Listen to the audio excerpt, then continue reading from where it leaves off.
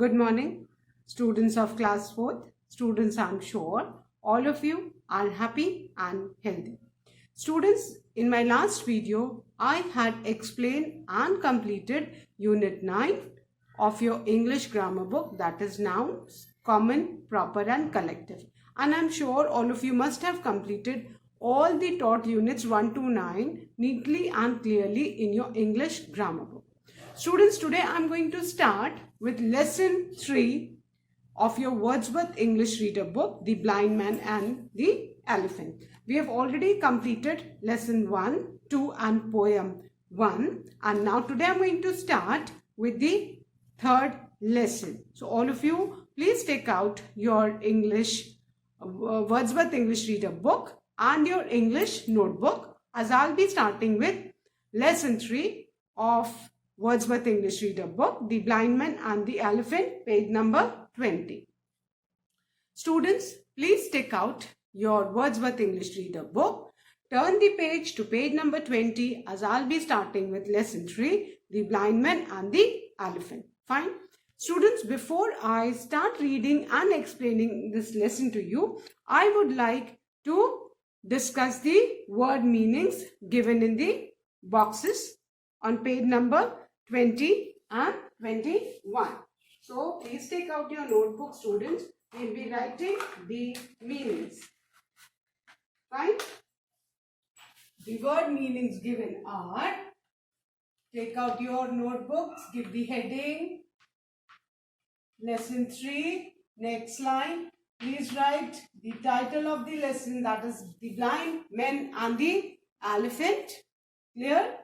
And the first word is tame. Tame means gentle. Tame generally उनको कहा जाता है जैसे animals. Elephant is a wild animal. Actually वो जंगल में रहता है, बट ह्यूमन बींग्स है ना, फॉर देयर पर्सनल यूज वो कई सारे एनिमल्स को उन्होंने टेम किया है ना. अब एलिफेंट्स को उन्होंने टेम कर लिया है क्योंकि एलिफेंट से वो बहुत सारे काम करवाते हैं ना. To pull the log of woods है ना. एक्चुअली एलिफेंट तो एक वाइल्ड एनिमल है, तो एलिफेंट को जब ट्रेन कर लो और उसको पालतू बना लो, उसको भी हम टेम बोलते हैं. एंड जब आप उसको ट्रेन कर देते हो वो पालतू बन जाता है. सो द एलिफेंट वो वाइल्ड नहीं है, it will not attack you, he knows, the animal knows you, तो वो टेम हो जाएगा. सो टेम मीन्स जेंटल है ना. और अगर आप वाइल्ड लाइफ में अगर एलिफेंट को देखोगे तो इट कैन बी फेरोशियस, वो आपको अटैक कर सकता है. बट एक बार जब हम उसको ट्रेन करके उसको डोमेस्टिकेट करते हैं तो एनिमल क्या हो जाता है? Tame means gentle, it will not attack you. So here tame means gentle. Then the second word is opined. Opined means opinion, राय देना है ना. Opinion. gave an opinion. gave an opinion. सबके अपने हर एक इश्यूज पे सबके अपने ओपिनियन होते हैं. and opined is gave an opinion. then the third word is argue. argue करना मतलब बहस करना. argue करना means बहस करना. और यहाँ पे मीनिंग है क्वारल, क्योंकि आर्ग्यू हम कब करते हैं? When there is a difference of opinion. हम आर्ग्यू कब करते हैं बेटा? When there is a difference of opinion. और बहस करते करते at times it get heated and results in quarrel. तो the same thing happens in this lesson also. Argue हम कब करते हैं? कि जब हमारे ओपिनियन नहीं मिलते, we have got a difference of opinion, और जब हम किसी भी एक चीज पे सहमत नहीं होते, वी आर्ग्यू, हम बहस करते हैं है ना. And as a result what happens? It ends into quarrel. So here argue, quarrel. So there are 3 word meanings given in the book. The first one is tame, which means gentle. The second is opined, which means gave an opinion, राय देना. And third is argue. Argue means quarrel, लड़ना, बहस करना. Now besides these 3 word meanings, students, if you turn the page on page 22, you can see one phrase at the bottom of page, and that is put into contest. Now, please draw a parting line with a scale and pencil and write the meaning of the phrase also in your English notebook. Please write the meaning of the phrase. And the phrase is put into contest. अब ये put into contest का meaning क्या है बेटा? To argue about something. किसी भी चीज, किसी भी मुद्दे पे बहस करना. Put into contest means to argue about something. किसी मुद्दे पे बहस करने को हम क्या बोलते हैं? To argue about something. So students, there are 3 word meanings given in the lesson, which I have already written and explained, and 1 meaning of the phrase. And the phrase is put into contest. That means to argue about something, है ना? किसी चीज को लेके बहस करने को क्या बोलते हैं? To put into contest. And now I'm going to, first of all, I'm going to read this lesson and then I'm going to explain it to you. Fine? So all of you, please pay attention and listen to the pronunciation so that you also pronounce the words correctly. Now, before I read this lesson, have you ever seen an elephant? I'm sure all of you must have seen an elephant. सबने elephant देखा है ना? What do you think it looks like? हमने तो elephant देखा है, so we are aware कि elephant is a huge animal. It has got a long trunk, small tail, है ना, big body, है ना? But just imagine if a person who has not seen animal and if you tell that person to describe the elephant, है ना, वो कैसे describe करेगा? अगर suppose कोई एक ऐसा इंसान है जिसने elephant को देखा ही नहीं और उसने उसको elephant को describe करने को बोला जाएगा तो वो कैसे करेगा? Now this particular story is about blind man, 6 blind men who had not seen an elephant but they touch the elephant and then they describe the elephant, है ना? जो देखा है वो तो जानता है कि elephant huge है, उसके कैसे जो हैं legs हैं, है ना, hind legs कैसे हैं, front legs कैसे, it's got a small tail, it's got big ears, one long trunk, है ना? तो वो डिस्क्राइब कर सकते हैं. बट जिन्होंने कभी एलिफेंट को नहीं देखा है वो उसको टच करके अगर डिस्क्राइब करें तो वो कैसे करेंगे? This is all about our lesson is. So please listen to me carefully as I read lesson 3, page number 20. All of you please pay attention, look into your books and listen to my pronunciations. Lesson 3, the blind man and the elephant. Once upon a time, a wise man came to a village with his elephant. The elephant's name was Gajju. It was very large and looked like a mountain. Many people came to see and touch him. Gajju was a tame animal, so no one was afraid of him. 4 friends also came to see the elephant. As none of them had seen an elephant before, they were very eager to see one. However, something was very different about the 4 friends. All of them were blind. The first one touched the elephant's leg and said, "The elephant is like a tree." The second person touched the tail of the elephant and said, "No, this elephant is like a rope."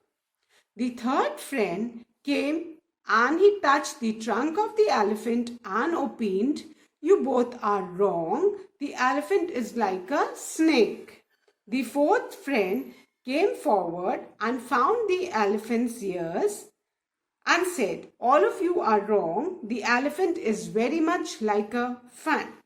Thus they all began to argue among themselves and started fighting. They all had their own views of what the elephant was like. Each of them thought that he was right.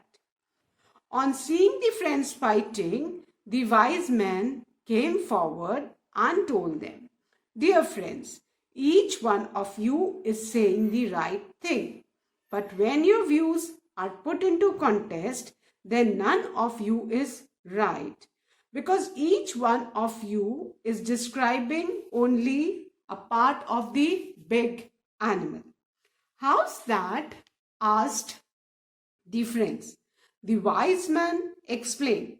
The elephant's leg looks and feels like a pillar. The tail is like a rope. The trunk does feel like a snake, and the ears are like fans. You all should have pooled your information instead of arguing over who is right. The four friends realized their mistake and did as advised by the wise man. Thus, they were finally able to get a clear picture of the animal in their mind. They understood that one should examine a matter from all sides and only then give his or her opinion. Therefore, we should not quarrel with others who have different opinions, because everybody looks at things from different angles. We should always appreciate other people's opinions. This will go a long way in improving our relations with them. About the story, the parable. Now, what do you mean by a parable? Short story with a moral, है ना. कोई भी एक छोटी कहानी जिससे हमें कुछ सीख मिलती है उसको क्या बोलते हैं बेटा? Parable. So the parable of the blind man and an elephant started in the ancient Indian subcontinent and has been passed down through times in various form. बेटा ये जो एक छोटी सी स्टोरी है जिसमें एक मॉरल है, ये बहुत पहले से ये स्टार्ट हुई है इंडिया में और ये अलग अलग फॉर्म्स में अब आ रही है. ठीक है. So what is a parable? A parable is a short story with a moral. Now I've read this lesson to you students. Now I'm going to continue with the explanation of this lesson. So once upon a time, a wise man came to a village with his elephant. है ना? Long back. Once upon a time means long back. A wise man. Wise man जानते हो ना? Wise किसको बोलते हैं? जो बहुत समझदार हो, है ना? And in the picture you can see the wise man is a sage. है ना? ये wise man एक sage है ना? It's a sage. You can see he's got an elephant. Fine. So once a wise man, he came to a village with his elephant. Wise man, it's long back, है ना, बहुत पहले. अभी तो हम एलिफेंट को टीवी में देख सकते हैं. हम सबको बहुत सारे एनिमल्स के बारे में पता है जो हमने कभी देखे ही नहीं है, बट अभी टीवी से, मोबाइल से हम देख सकते हैं. But if you go back long back, आप पूछना जब आपके दादा दादी छोटे होंगे या नाना नानी छोटे होंगे तो क्या उन्होंने जितने एनिमल्स के बारे में आप जानते हैं, जितनी नॉलेज आपको है, क्या उनको पता था? बिकॉज नहीं, बुक्स वो पढ़ते थे. पहले टीवी कहाँ होता था, इंटरनेट कहाँ होता था, तो लोगों को उतना पता नहीं होता था, है ना. सो ये भी बहुत सालों पहले की बात है. तो एक वाइज मैन एक एलिफेंट को लेके एक विलेज में आया. The elephant's name was Gajju. What was the name of the elephant? Gajju. It was very large and looked like a mountain. अब बेटा उस विलेज के लोगों ने पहली बार एलिफेंट देखा था, है ना.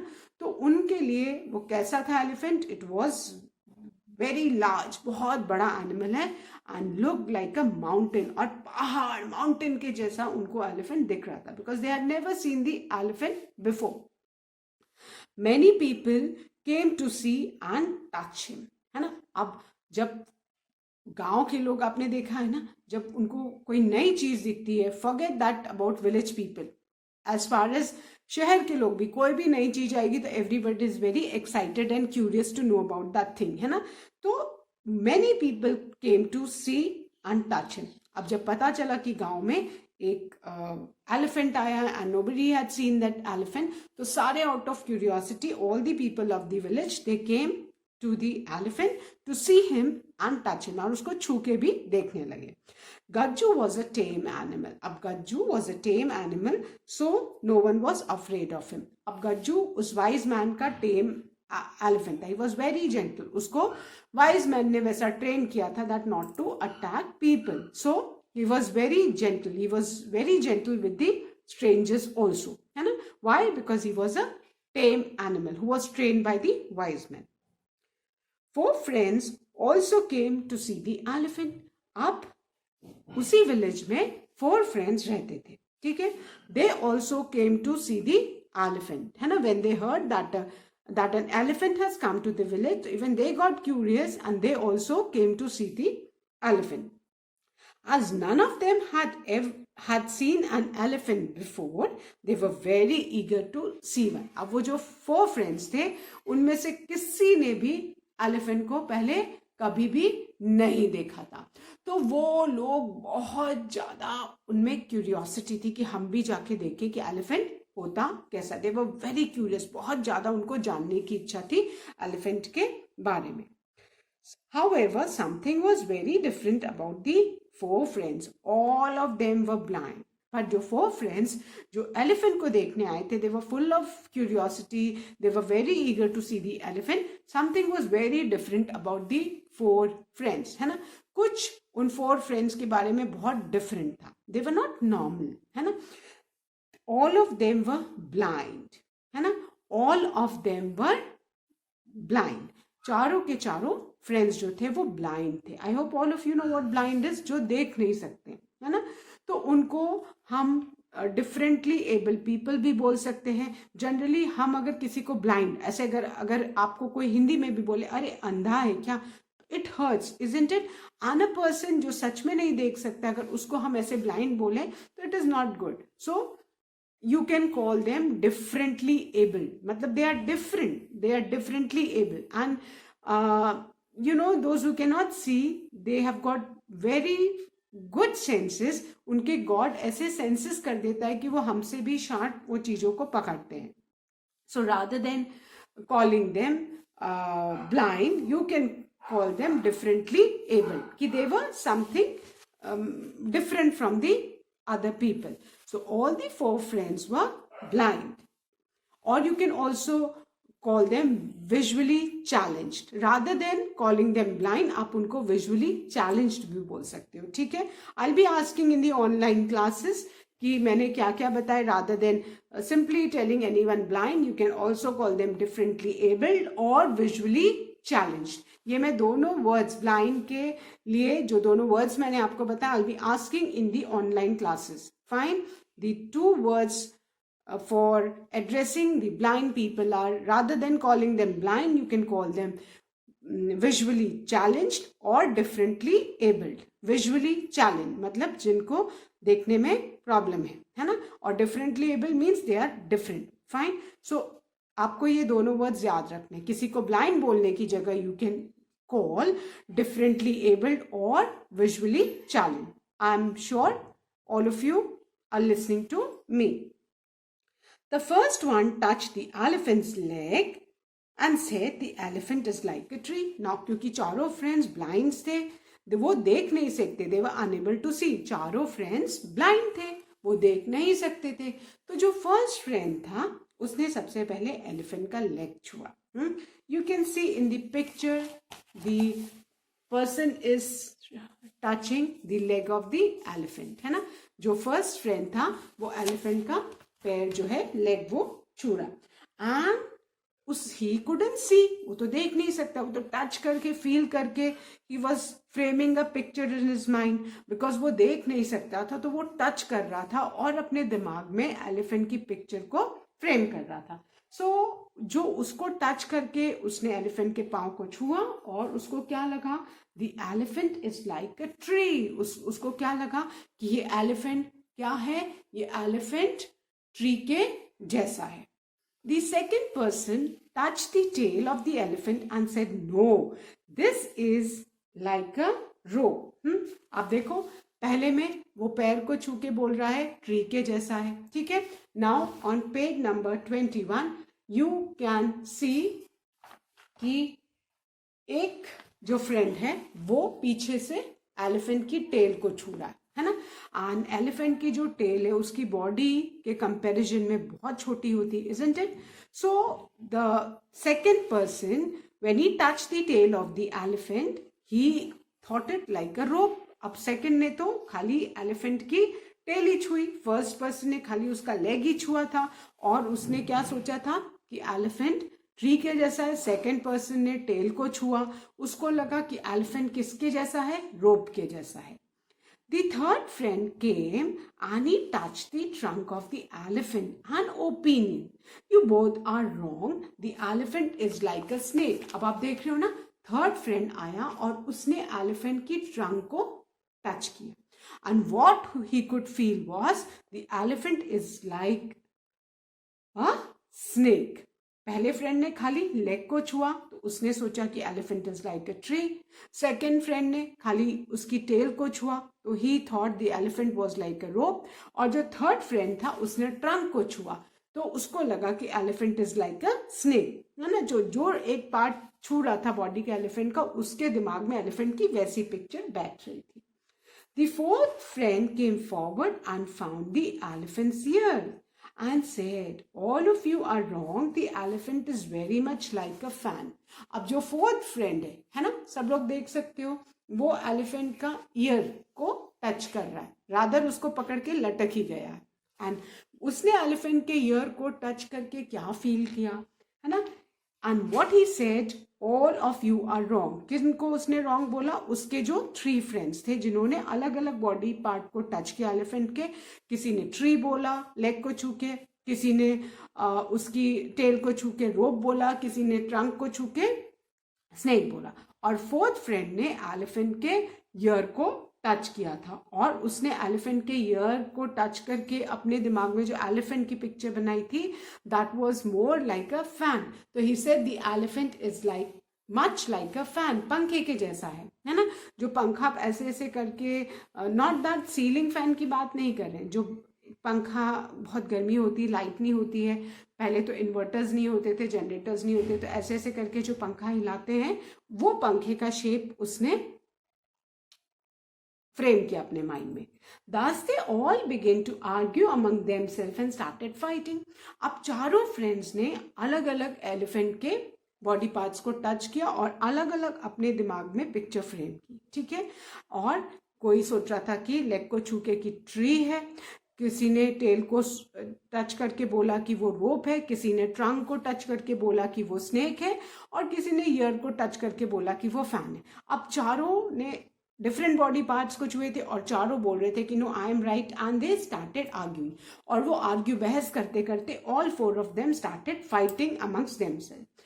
दे had their own views of what the elephant was like. चारों अलग अलग बॉडी पार्ट को टच किए थे और वो अलग अलग बॉडी पार्ट को डिस्क्राइब कर रहे थे, क्योंकि जिसने जो पार्ट को छुआ उसके दिमाग में एलिफेंट की वैसी पिक्चर बैठी। And each of them thought that he was right. और जिसने जो बॉडी पार्ट को टच किया था उसको लगा वैसा है, इसलिए वो आर्ग्यू कर रहा था कि नहीं, जो मैं बोल रहा हूँ वो सही है। somebody was saying it's like a tree, somebody was saying it's like a rope, somebody was saying it's like a snake, and the fourth one was saying it's like a fan, है ना। तो चारों ने अलग parts को touch करके एक अलग पिक्चर अपने दिमाग में फ्रेम की थी, and each of them was arguing with the other and fighting.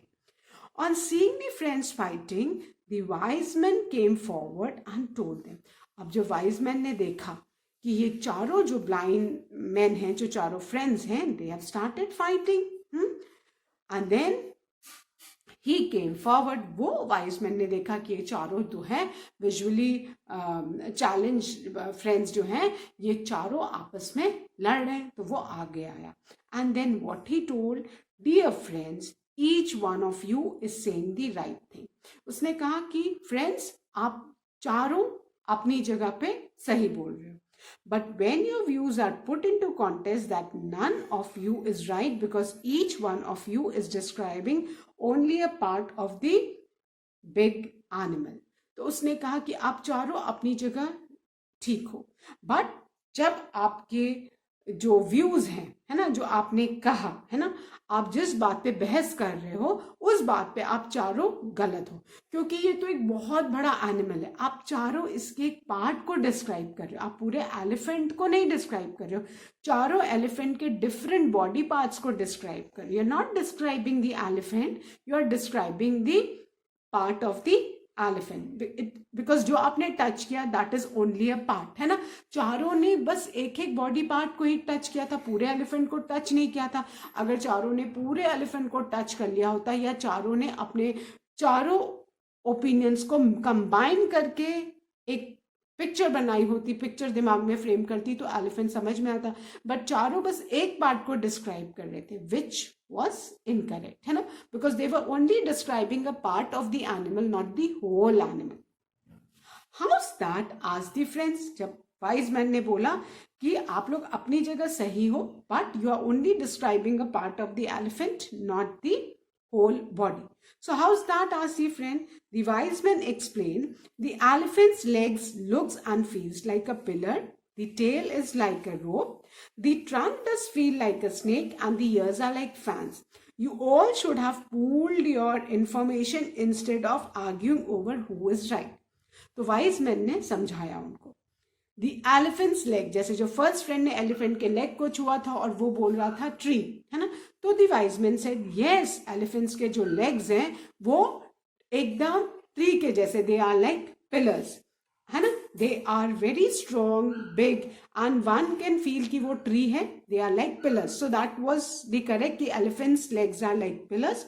The tail is like a rope. Elephant की जो टेल है वो एक रोप के जैसे, रस्सी की जैसी, but that's only a part. Then the trunk does feel like a snake. Elephant की जो ट्रंक है वो बिल्कुल स्नेक के जैसे फील करती है. And ears are like fan. और जो एलिफेंट के ईयर्स हैं वो फैन के जैसे हैं.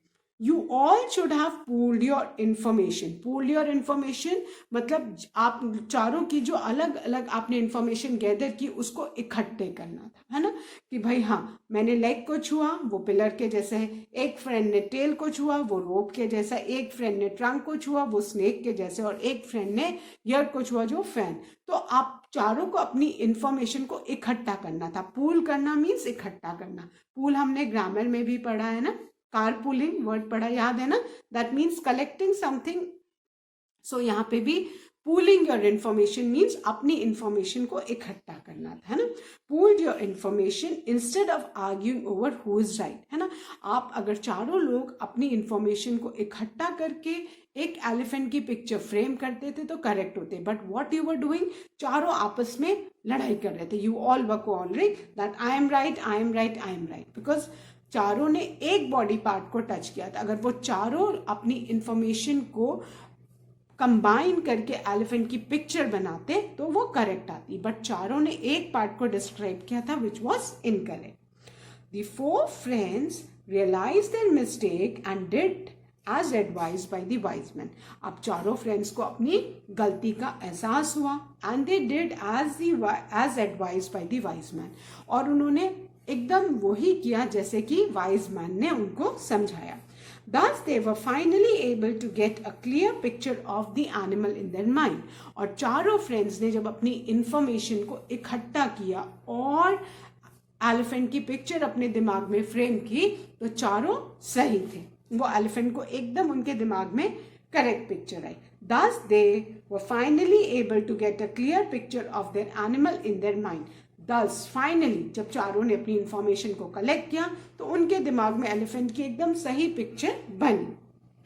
They understood that one should examine a matter from all sides and only then give his or her opinion, है ना.